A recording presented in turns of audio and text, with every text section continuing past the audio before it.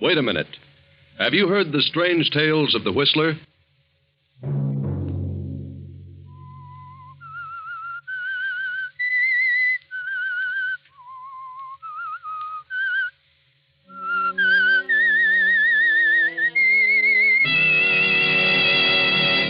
I'm the Whistler. I've come to the end of my rope. I've tried my best for 20 years to please Agatha. I gave up my painting and tried business after business and failed in every venture. Now I can't go on any longer. I'm through. Another Sunday night, and again CBS presents The Whistler.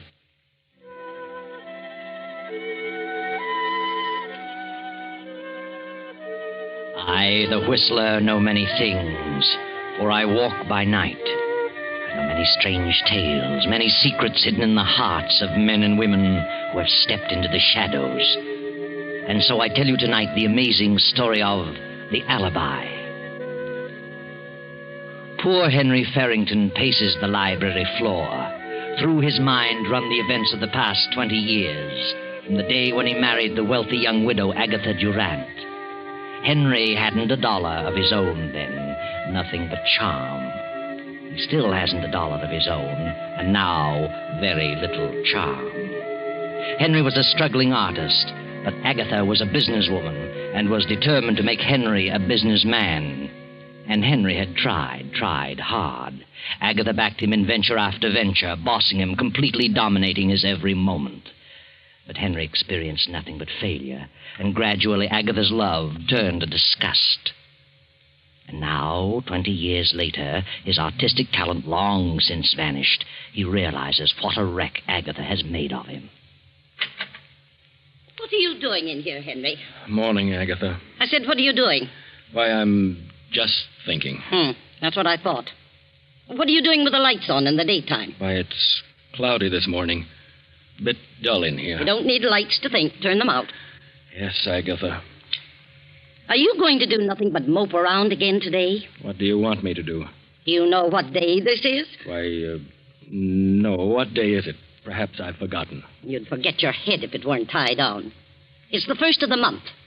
You go into town and collect the rent on the store buildings. Very well, Agatha. Shall I deposit it in the bank? No. Bring it back here. And hang on to it. You lost it last time. Or so you said. I did lose it. You need a nursemaid to follow your every move. You've done a pretty good job of it. Did you order the garden hose yesterday? No, I forgot it. I had a lot on my mind. Yeah? What's bothering you now? Well, I've got a chance to get in on a pretty good deal. I need some money. What kind of a deal? Well, it's an oil lease deal. Who with? Why, Joe Hammond. A 50-50 proposition. Joe Hammond? You know better than to talk to me about Joe Hammond. He's done pretty well. Yes, for himself. Double-crossed everybody he ever came in contact with. He's a good lawyer. You mean he was? Good thing I caught up with him and had him disbarred. He'd have stolen every dime I have.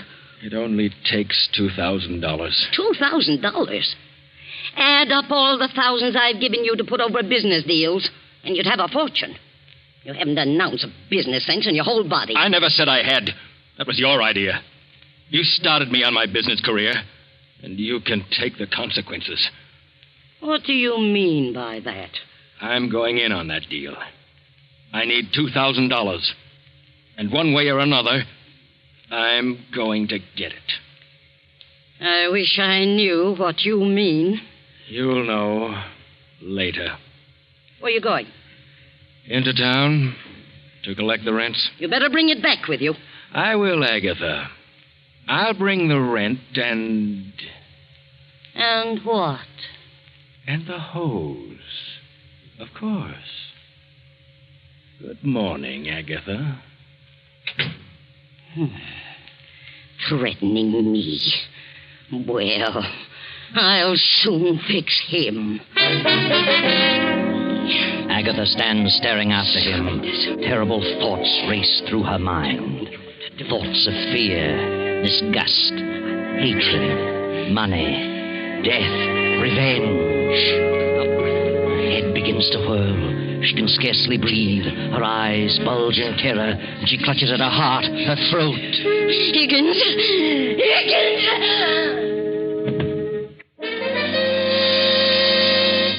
Higgins, the butler, rushes in, realizes at once that Agatha has had another of her heart attacks, carries her to the Davenport, gives her a dose of her stimulant, and calls Dr. Johnson. I heard her call to me, but she was unconscious when I reached her, Dr. Johnson. I gave her some of her heart medicine. And I don't remember her having one of these attacks for several months, Higgins. She's had one a week for the last 4 or 5 weeks, Doctor. Oh, dear. Well, she'll pull out of it in a few minutes. Her heart's in a terrible condition. She's been under some extreme emotional strain. Oh, yes. She's coming round now. Ah, morning, Agatha. Oh, what are you doing here? Well, you haven't been eating enough apples. Who sent for you? What's happened? Why, well, ma'am, you had another attack. I called Dr. Johnson. Attack? Nonsense. No, it isn't nonsense, Agatha. You've had one of the worst attacks you've ever had. No. Believe me, if you don't drop all this business worry and control your temper, well, you won't have many more. Oh, bosh. Tell me, what brought this on, Agatha? Some deal turn out badly? Lose a little money someplace? No, I didn't. Oh, all right, Agatha. But I'm warning you, you'd better slow down, forget business, and control that temper. Do you realize what your blood pressure is? No, and I don't care. Oh, dear. Henry must have pulled a dilly. Who said anything about Henry? No. Take it easy, Agatha. You know, you're your own worst enemy. Well, I'll be running along. Good. Plenty of rest and quiet, and no temper. Goodbye, Agatha. Goodbye.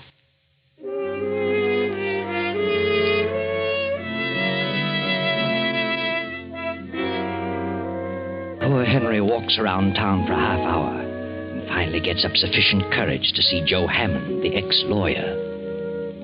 Well, Henry, have you got the 2,000? Well, no, that is not exactly, Joe. When will you have it? I can raise it, but it'll take a little longer than you gave me. Now, look, Henry, I bought that lease and gave my check for 4,000. Your check bounced. You didn't have a dime and you knew it. Now I'm caught short because of you. And you'd better dig up the 2,000 or I'm turning it over to the county attorney. I'll get it, Joe. How will you get it? I'll figure it out. Did you ask your wife? Yes. But she refused when I told her it was a deal with you. Oh, you're a sap, Henry. You know she hates me. I've told her she was all wrong about you. I couldn't stand to be around a woman like that. Sometimes I can hardly stand it myself. I'd kill her. What did you say? I said I'd feed her ground glass. She's done enough to me. And if I had to put up with her as you have, well, I'd do something about it. What would you do, Joe? I'd wring her neck. I can't stand a bossy woman. You'd kill her, would you? Oh, well, I was just speaking figuratively. You've tried hard, Henry. You've done your very best to be a successful businessman. It isn't your fault. So far, you failed, and she's sore about it. Left her entire fortune to her niece, a mere nitwit of a girl just out of school. I know, but she took out a $50,000 policy payable to me. Oh, what good does that do you? If you die first. But she isn't very well, Joe. She may live for years. You may bump off tomorrow. Yeah. Oh, of course, I doubt that. Nothing wrong with you that a bank account wouldn't fix. Is there? No, guess not. She's got all the money she'll ever need. She's not in a jam. She's seen everything. It'll all go to that niece. Except the insurance made out to you. That's payable in a few days, you know, after death. Yeah? I'm in a jam, Henry, and you're in a jam. You better start figuring some way out. I'll give you to the end of the week, Saturday at noon. You mean you must have the money by then? Oh, no, not necessarily money. Just some sort of assurance that you know where you can really get it. I see. Yeah. Well, think it over. And I'll always be around if you want any legal advice. Thanks, Joe, for the extension. I'll be in touch with you.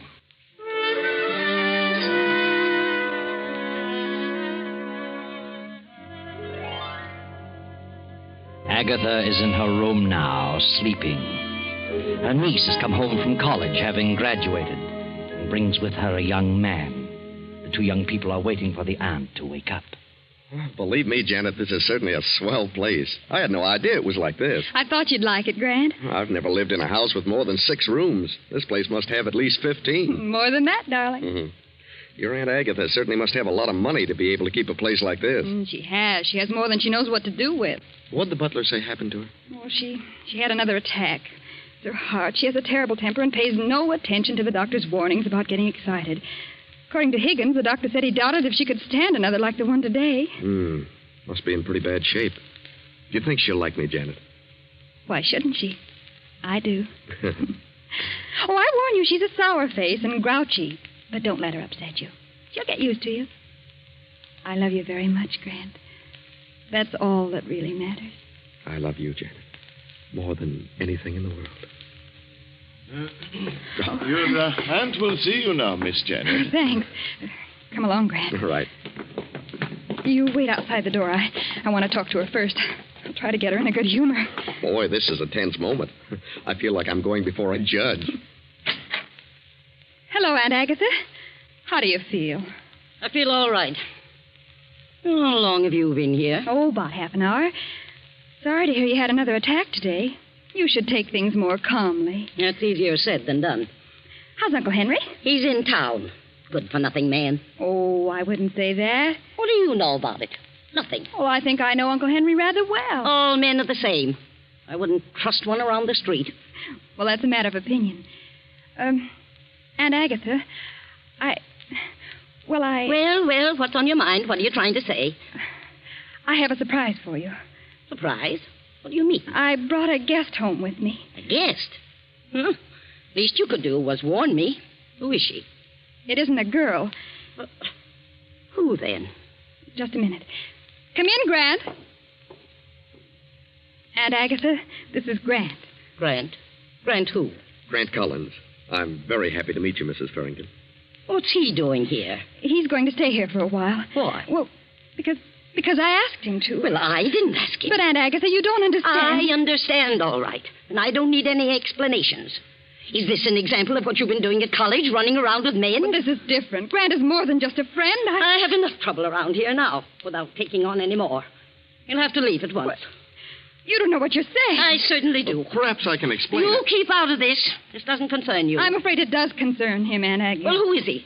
Where'd you meet him? What does he do? Well, I'm just an ordinary person. I haven't come from any great family, if that's what you mean. And I haven't any money. What's your business? Well, I haven't any regular line. I've done a lot of things. But I'll hit on something. Another one. Just like Henry. You ought to have more sense than that, Janet. But I love Grant. Nonsense. And I love Janet. Young man, you better leave this house before I lose my temper. I'm not going to have my niece throwing herself away on a nobody. Now get out. Just a minute, Aunt Agatha. This is my home, too. Grant is here at my request. Is that so? Your home, eh? It's your home only so long as I choose to make it so. You're my heir, but if you dare to defy me, I'll change that quicker than you can bat an eye. Oh, you're jumping to conclusions. After you get to know me better, I think you'll like me, Aunt Agatha. Aunt Agatha? What do you mean by Aunt Agatha? I'm your nephew. Did you say nephew? Yes, he did. Grant and I are married. Married? We were married today. How dare you? How dare you do such a thing without consulting now, please, me? Aunt Agatha, don't let yourself get excited. Get out of here. Get out. But please, Mrs. Farrington, give me a chance to explain. This marriage will be annulled immediately, Janet, or I'm through with you. Do you hear? I'll change the will and leave you nothing. It's final. Now get out. Get out, both of you, and leave me alone. Get out. Come on, Grant. Let's leave her alone before she has another attack. What do you think we should? I'm all right now. Leave me alone. Say, I never expected anything like this. Neither did I. She certainly is in a bad way. Yes. I didn't realize it was quite this serious. She's in a terrible mental state. Well, this is a pretty situation for us. Oh, I don't want you to leave, darling. You'd better wait a few days until she's better. There must be some way to win her over. I hope you're right. I'll have a talk with Uncle Henry. Something's happened to cause all this. I'll find out as soon as he comes in. Now, don't worry, darling. Everything will be all right. I hope so. I'll just keep out of her way for a few days and see what develops.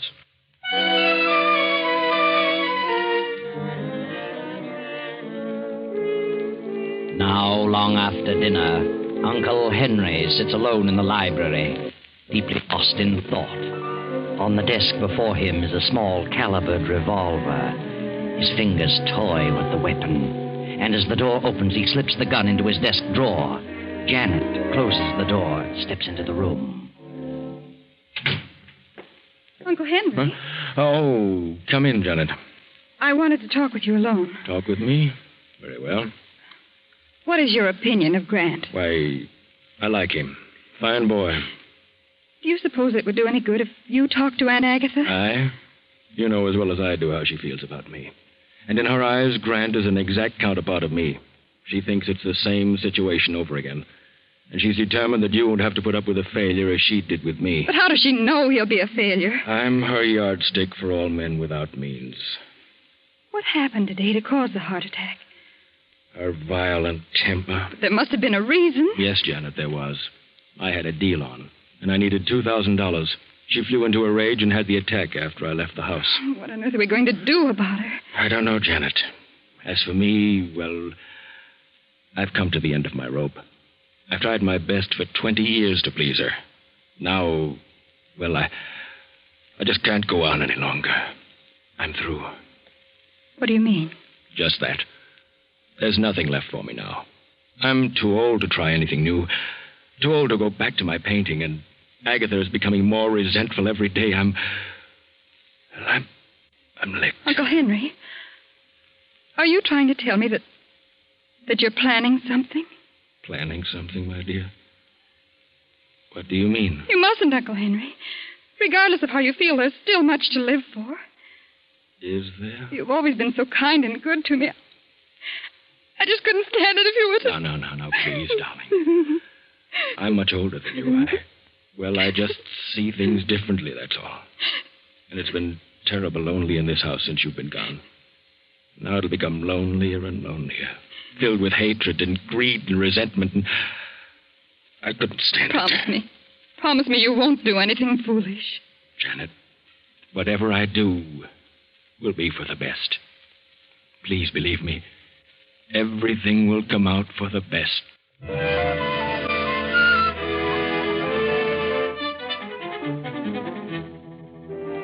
Around 12 o'clock that night, Janet, Grant, and Henry go to their rooms. The big house settles down to sleep. Then, 2 hours after midnight, Agatha stirs uneasily in her bed. An eerie figure in white stands beside her. She opens her eyes. Well, who's there? I want you, Agatha Barrington.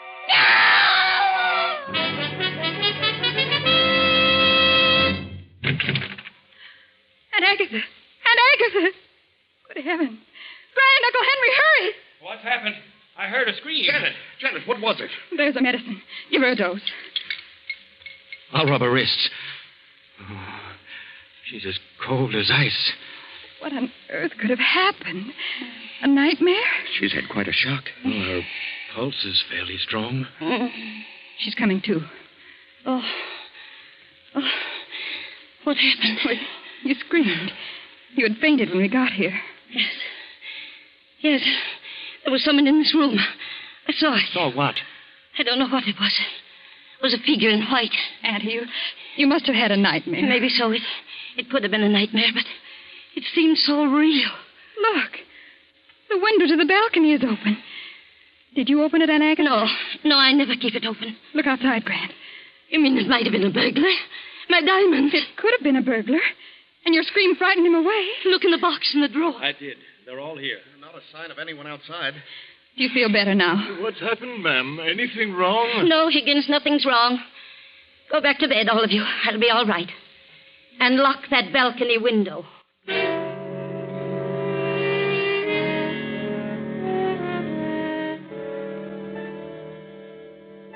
Now it is the next night.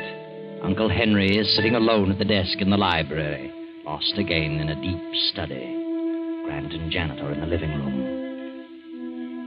You really think it might have been a prowler last night, Grant? Well, I don't know. The window was open. It could have been. I'm inclined to think it was nothing more than a nightmare. She's been so upset lately. Well, if it was a burglary, he didn't get anything. Well, that's true. And he might try it again. If he does, he's liable to get a good scare. What do you mean? This. Grant, where did you get that revolver? Out of my trunk. Oh, please, Grant, I don't like guns. Let them take what they want. If you start shooting, they're liable to shoot back. Besides, jewels can be replaced. Now, don't worry, darling. I couldn't shoot anyone if I tried. Anyway, there are no bullets in it. Then what good is it? Well, it's a little .32 I use in school for a starting gun. It has nothing but blanks in it. Yeah, see? It won't hurt anyone, but it'll give them a good scare. Well, blanks or no blanks, I don't like guns around. Now, don't worry, darling. Oh, good heavens, it's 7:30. I'd better get dressed or we'll be late for the Morrison's party. Oh, yeah, you better hurry. I'm all ready. I want to see about the car. Oh, Higgins. Yes, sir. Come in, sir. I was just having a little coffee and a bite to eat. Would you care for anything, sir? No, thanks. Did Rollins check my tires and gas? I did, sir. Rollins and the others are all off tonight. I put your car in front. Oh, thanks. Excuse me, sir. Farrington residence? Yes? Oh, yes, Mr. Hammond. He's dozing in the library. I'll get him. What? Oh, I see. Yes, I'll tell him. Goodbye. Joe Hammond wants Mr. Farrington to come over to his place this evening. I'll tell him. Excuse me, sir. Anything else I can do for you? Oh, no. I'll be running along in a few minutes. By the way, since Mr. Farrington's going out, you'd better look in on Mrs. Farrington once in a while. Oh, I will, sir.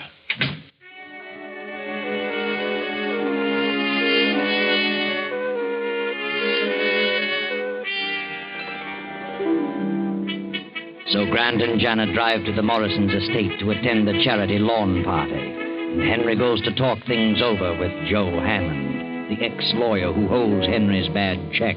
Then toward midnight, the lawn party breaks up and Grant and Janet return home. Well, that was a wonderful party, Grant. I never saw so many people. Friends I haven't seen for 4 years. I was thrilled to death. Yes, it was quite an affair. I wonder how much they raised. Good many thousands, I imagine. And did that red-headed gal sell war bonds? I'll run up and see how Aunt Agatha is. I'll be right down. Right. I think I'll have a nightcap. Want one? No, thanks. Hello, Grant. Oh, hello. Party over already? Yeah, big affair. Had a great time. I got to talking business with Joe Hammond, and first thing I knew, it was almost midnight. Grant, call Dr. Johnson. What? Janet, what is it? Aunt Agatha. Come quickly, Uncle Henry. Call Dr. Johnson, Grant. You can't get him. Call the emergency hospital. Get a police ambulance.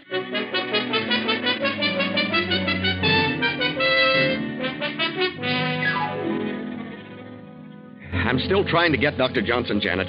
Never mind, Grant. Police surgeon says we won't need Dr. Johnson. Did he pull her out of the attack? No. He couldn't do a thing for her. She was dead when they got here. Good heavens. Well, she must have had a severe attack. Well, you see, Grant, Just a minute, folks. I'd like to ask a few questions, and I'd prefer that you didn't carry on any conversation with each other. No conversation. What's he mean, Janet? Never mind. I'll get around to that. Take all their fingerprints, Davis, while I'm talking. Yeah, Captain. Yep. I demand an explanation. What do you mean, fingerprints? How long have you known Janet Farrington? Oh, about 6 weeks. Where did you meet her? At a dance, a party. Did you know all about her? Who she was, her family? Certainly. What do you know about him? why, I just knew I loved him, and that was enough. I take it your financial condition is not so good, Grant. Well, no, I haven't any money, but what's that to do with it? Did Agatha Farrington object to your marriage? Yes, she did. She threatened to change her will unless we had the marriage annulled, but... Did you care whether that happened, Grant? Well, certainly. I didn't want Janet to lose her inheritance. What are you getting at? Grant had nothing to do with it, I tell you. I know what you're inferring, and it's ridiculous. Grant didn't marry me for my money. What's this about prowlers around the house? Well, we aren't sure there were prowlers. Agatha claimed someone was in her room last night. The window was wide open, but we aren't sure about it. It was a nightmare. Well, she did keep some jewelry in her room, and from the looks of the room, someone certainly went through it thoroughly. Who knew about where she kept the jewelry? Why, all three of us knew. And Higgins the butler knew about it. Where's Higgins? Why, I never thought of that. Probably in his room. I'll look. Higgins! He's unconscious! Yeah. He's been blackjacked. Higgins! Mr. Farrington, what's wrong? Who slugged you? Slugged me? Why, I've been asleep. That's what you think. Feel the bump on your head. Good heavens. Did you hear any shots tonight? Shots? No, I was in my room. I must have dozed off in the chair. Then it must have been a burglar. What goes on here? Anyone would think you were trying to cook up a murder. No, Grant. The murder's already been done. What? Yes. Mrs. Farrington was shot in the chest. Twice. Shot? But that's not possible. Shot? Here you are, Captain. We found this gun in the young fellow's room. It's been fired twice. Oh, this is silly. That's a starting gun. Nothing but blanks in it. Who fired it? What? I haven't the slightest idea. All right, Davis. Take the gun and the bullets from Mrs. Farrington's body and have ballistics check on them.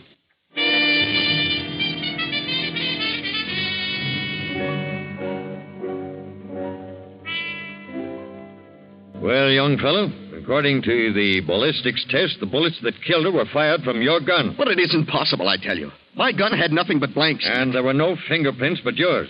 I'm afraid you're stuck with this deal. Oh, please listen. I couldn't have done it. You had a motive, a gun, and an opportunity. And furthermore, you left that party for a half hour tonight. We checked on it. We have a witness who saw you leave. All right, what if I did? My gun has blanks in it. Oh, please believe me. I couldn't bring myself to do such a thing. I couldn't. You killed Mrs. Farrington, and you might as well admit it. I didn't. I didn't shoot her. I swear I never touched her. I can't stand by and see an innocent person suffer for this. The boy didn't do it. I did it. I had a better reason. I planned it. I'd have enough of Agatha, and I was caught in a jam. I did it to get the insurance she left me. I was desperate. I came back and slugged Higgins while he was asleep, shot Agatha, and left the house. I don't believe you. You're trying to cover up for him, but it won't hold water. We've got him dead to rights. But I couldn't have killed her. I only wanted to scare her. What? Go ahead. Nothing. Then you did come back here. Spill it. Well, all right, I did come back. Grant, what are you saying? I had the gun, but there were nothing but blanks in it. I doped Higgins' coffee before I left the house. I came back and went to a room. I fired the blank. Why? Well, I knew she had a weak heart. I figured the shock would bring on her death. I was the figure in her bedroom. I couldn't see Janet lose her fortune, but I didn't want to give her up. Grant, how could you? I can't believe it. I tell you, I came back and shot her. If he fired blanks, then I must have fired the bullets that actually killed her. Look at his gun. Real bullets in it. What? Why, they are bullets. Where's your gun, Farrington? Here. Open it. Great Scott. Why, they're blanks. That settles it. Come on, young fella. We've had enough talk about this. The evidence is all against you. Yes, Grant. The evidence is all against you. And nothing can save you now. Try as he might, Henry can never convince anyone that he planned to kill Agatha. Although it is true he did come back and fire at her, just as you did, Grant. But it was definitely you and your gun that fired the fatal bullets. Of course, I know what you're wondering. How did the real bullets get in your revolver? You know, don't you, Janet? Tell us what happened. I saw Uncle Henry put a revolver in his desk as I stepped into the library that night. I was afraid he was going to kill himself. When Grant showed me his gun with the blanks, I switched the shells in their guns to keep Uncle from committing suicide. You see, I never dreamed that Grant had a plan afoot to cause my aunt's death by mental murder. There you are. Another tale of greed and revenge and hatred, all unraveled as neatly as you please.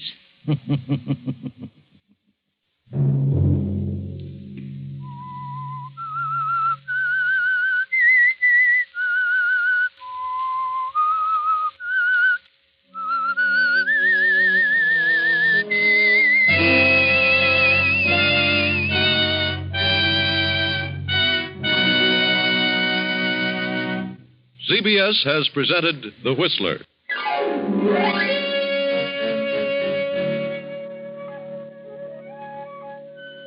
Original music for this production was composed and conducted by Wilbur Hatch. The Whistler is written and directed by J. Donald Wilson and comes to you from Columbia Square in Hollywood. Next Sunday, same time, I, the Whistler, will return to tell you another unusual tale. Good night.